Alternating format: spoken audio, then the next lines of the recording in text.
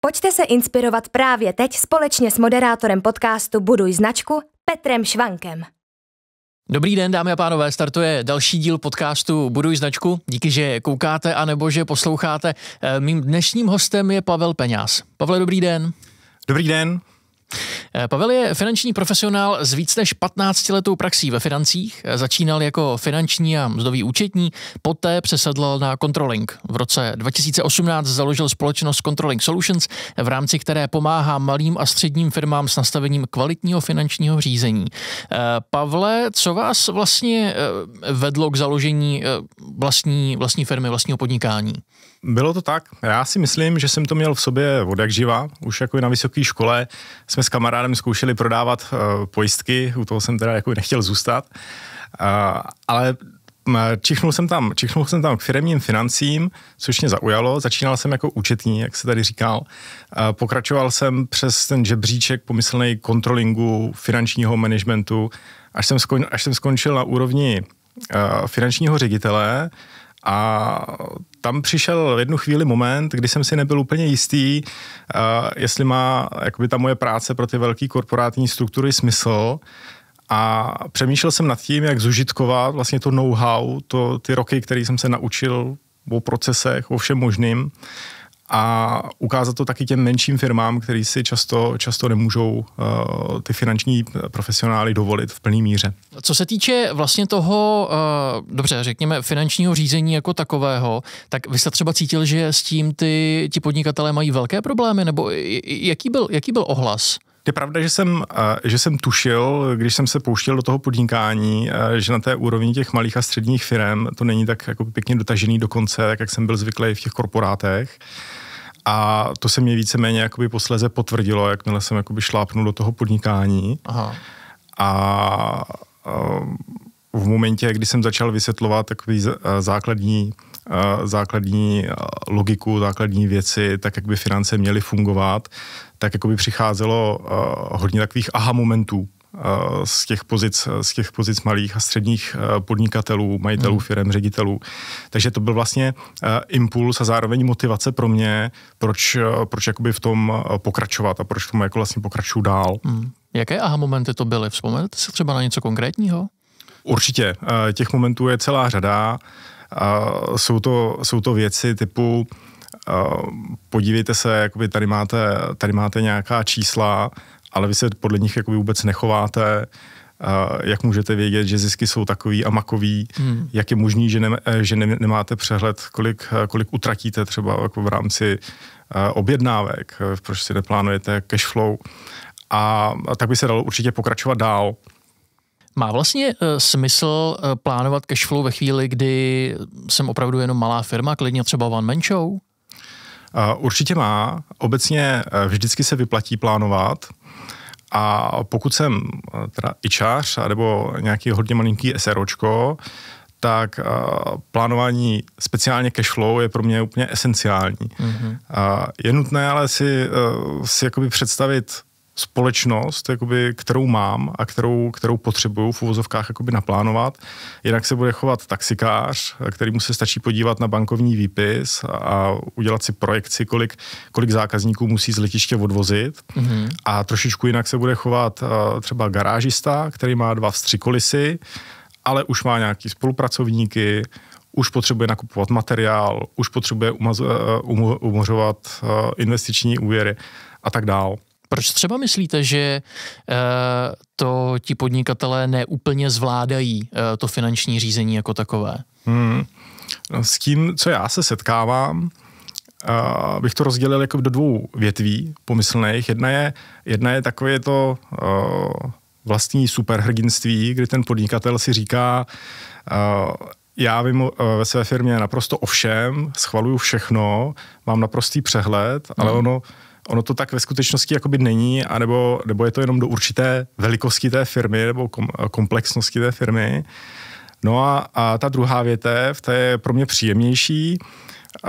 To jsou častokrát ředitelé, majitelé firem, kteří si uvědomí, že řídit firmu přes čísla je určitě cesta, ale naráží třeba na nějaké jako technicko-ekonomické know-how, bych asi řekl.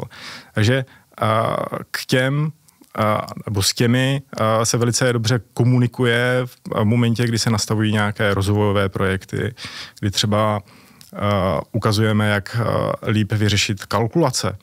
Evergreen, jaká kalkulace, jako strašně málo firm má je v pořádku jako nastavený a tak dál. Takže to jsou asi ty 2 důvody.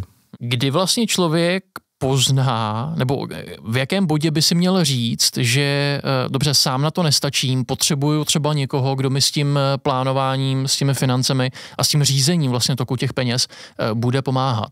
Určitě to bude hodně individuální. Když už je na účtu 0, je to pozdě, že jo? Když už je na účtu 0, tak je to pozdě, pokud už jsem si nabral ještě nějaký úvěry, tak je to ještě hůř. Ale je to individuální, protože jako první musí přijít nějaké uvědomění, že skutečně tu firmu chci řídit přes čísla. A potom musí přijít nějaká fáze, jako pracovně říkám, sundávání růžových brýlí, kdy musím mít touhu se podívat jakoby kriticky na ty čísla a co se teda jakoby ve skutečnosti děje a co můžu zlepšit. A potom jakoby ten člověk, obvykle jakoby ten jednatel, majitel, jakoby přijde k tomu, že tu pomoc potřebuje. A je otázka, odkud si ji vezme, to je zase jakoby jeho plán, jestli nejdřív zkusí interní zdroje, tam jakoby s tím nemáme úplně jakoby dobrý zkušenosti, protože většinou to skončí na účtárně, anebo jestli osloví někoho jako externě, někoho, kdo má přesahy a tak dál. Možná pojďme ještě zkusit říct, kde se vlastně podle vás tady v tom finančním řízení dělají největší chyby. Tak možná prvně finanční řízení jako takové je poměrně hodně široký pojem. Pokud bych mohl odbočit, tak v jedné společnosti indické jsem se seznámil s takovým krásným akronymem anglickým. Ten akronym je FACT, psáno anglicky, F-A-C-T. A vlastně ten akronym v sobě pojímá jakoby veškerý finanční řízení. Takže to F znamená F jako financing, to znamená, jak dostat peníze do baráku, ať to jsou bankovní úvěry, ať to jsou dotace nebo nějaký kapitálový vstup, to je jedno. Ačko, accounting, účetnictví, to je jasný, zákonné povinnosti, účtovat musí jakoby každá firma. Cčko, to je controlling, to je ta vnitropodniková ekonomika, to je jako ta naše srdcovka, o které se primárně jakoby bavíme. A potom tam jsou samozřejmě daně a daňová optimalizace. A i poplatky a všechny ostatní věci. Ale všechny tyhle 4 oblasti je potřeba řídit. Jo, s tím, že my, co jakoby můžeme efektivně udělat, čím se zabýváme, a to je právě jakoby to know-how, který jako já překlápíme z korporátu do těch malých a středních, je to vnitřní nastavení té ekonomiky. Kde byste s ním začal? Když bychom vnitřně nastavovali tady, dejme tomu, ekonomiku nějaké malé firmy, tak kam byste se všude díval? No, obvykle začínáme tím způsobem, že se podíváme na to, jestli ta společnost má vůbec plán, jestli nějakým způsobem plánuje. Potom se díváme, nebo popřípadě jakoby doporučujeme, jestli má nějaké manažerské výkazy. Jo, jenom abych upřesnil, manažerský výkaz, to není něco, co stáhne paní účetní jakoby na konci měsíce nebo roku, to, co se posílá na finanční úřad, ale je to výkaz, který musí ten majitel, po případě jakoby ředitel té firmy mít za vlastní a musí umět v něm jakoby číst a tak dál. Takže to je druhý krok. Pokud existují výkazy a je naplánováno, tak můžeme rozjet jakoby tu standardní rutinní agendu a můžeme začít jakoby sledovat pravidelné výsledky. To znamená, například mám výrobní firmu, krásná výroba, postavili jsme rozpočet poprvé za XY let, opravdu za hodně dlouho, a teďka jsme ve fázi, kdy k tomu rozpočtu jako každý měsíc srovnáváme čísla. A jakmile tohle jsme udělali, tak samozřejmě začaly vypadávat čísla. Čísla se červenaly, nějaký se černaly, nějaký se červenaly, a protože člověk je nastavený tak, jak je, tak ty červený čísla si okamžitě žádali nějakou akci. A to je naprosto správně, protože co kontroler má dělat, nebo CFO má dělat, říct, podívejte, tady je červený číslo, je potřeba, aby ho někdo vzal a řekl, co s ním bude dělat, aby se vyhotovila nějaká nápravná akce, akční plán, tomu říkáme, a nebo aby jako validoval, že to číslo je v pořádku, že to je odchylka jednorázová, už se nebude opakovat. Mm-hmm. A v momentě, kdy jsme s tím klientem jako dokázali trackovat ty akční plány, tak to byl přesně ten moment, kdy on začal jakoby realizovat, řeknu, tu konkurenční výhodu toho finančního řízení, protože začal být čísla pod kontrolou. A to je ten cílový stav, kam já potřebuju ty klienty dostat. To znamená dostat ty čísla pod kontrolou, jestli to chápu správně. Dostat ty čísla pod kontrolu, ale v tom širším slova smyslu, že si jako nesedneme na konci měsíce a nepodíváme se, no, zase blbý. Jo, ale naopak, jako řekneme se, no, zase blbý, ale co s tím budeme dělat a kdo to udělá a dokdy se to udělá. A to je snad, troufám si říct, záležitost, kterou se zabývá tak 5% malých a středních podniků, kteří to dokážou dotáhnout takhle daleko.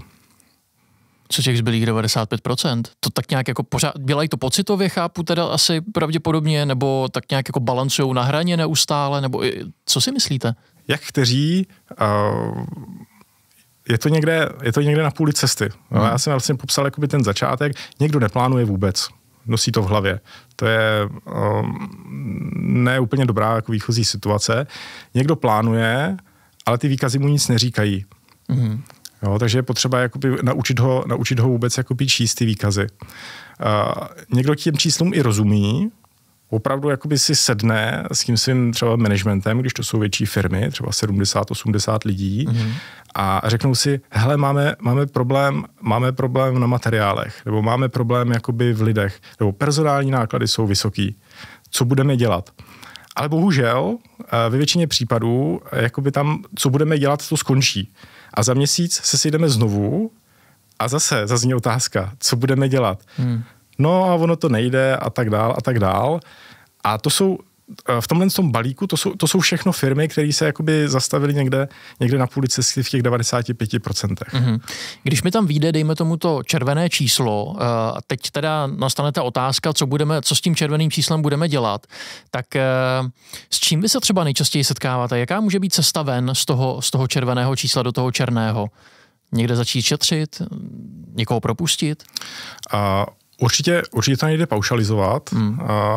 Ty zaběhnutý principy, který třeba korporáty mají strašně rádi, cost cutting a vyhodíme jakoby 10% lidí, to jako to je podle mě mimo mísu, zvlášť u malých a středních.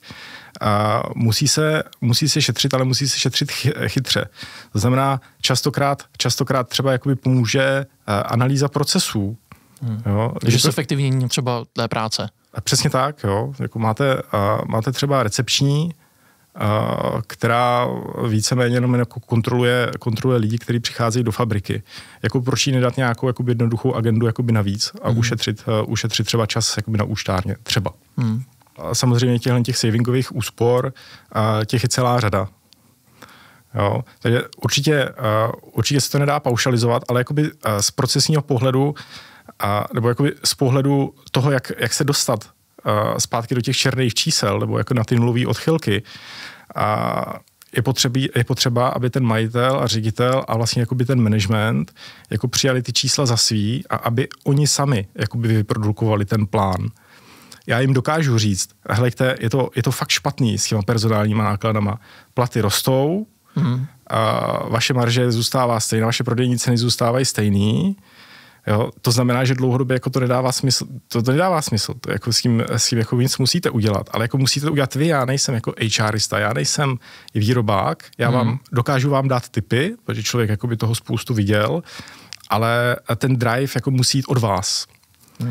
A možná jako by tohle politicko-diplomatické cvičení je asi jeden z těch nejtěžších bodů jako v rámci vyhodnocování těch výsledků. Jako přesvědčit, aby nastala změna.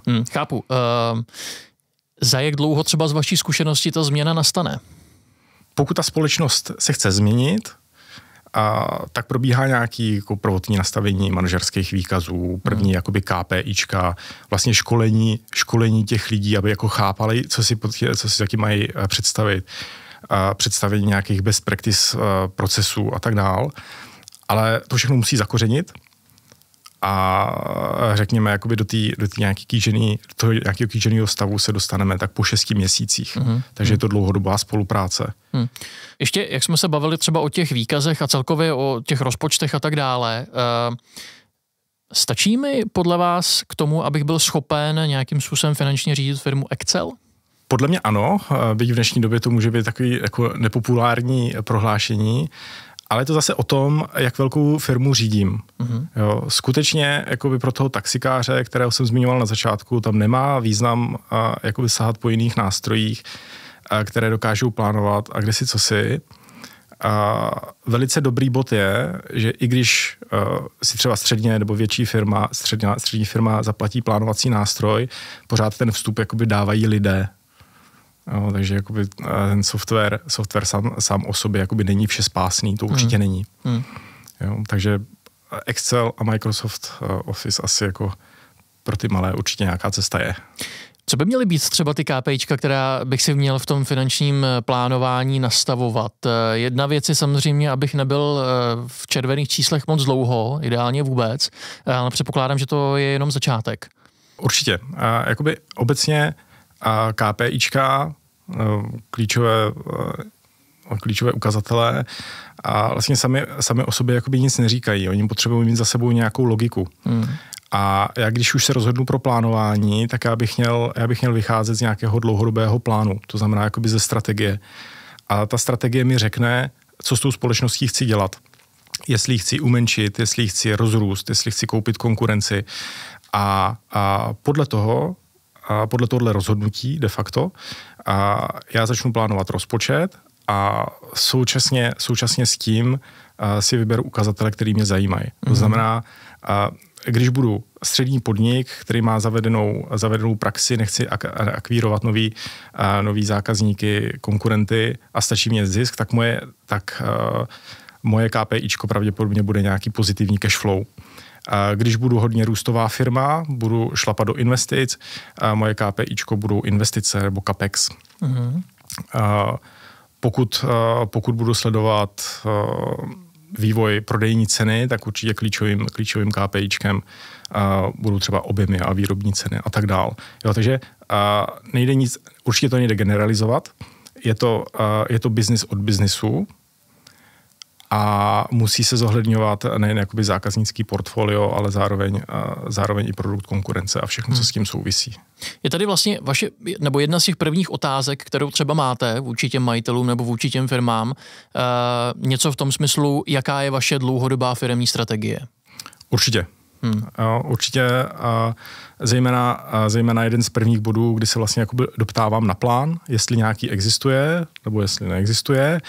A když většinou dostanu odpověď, že neexistuje, tak se ptám, jaká je vaše strategie, abych ho mohl nastavit.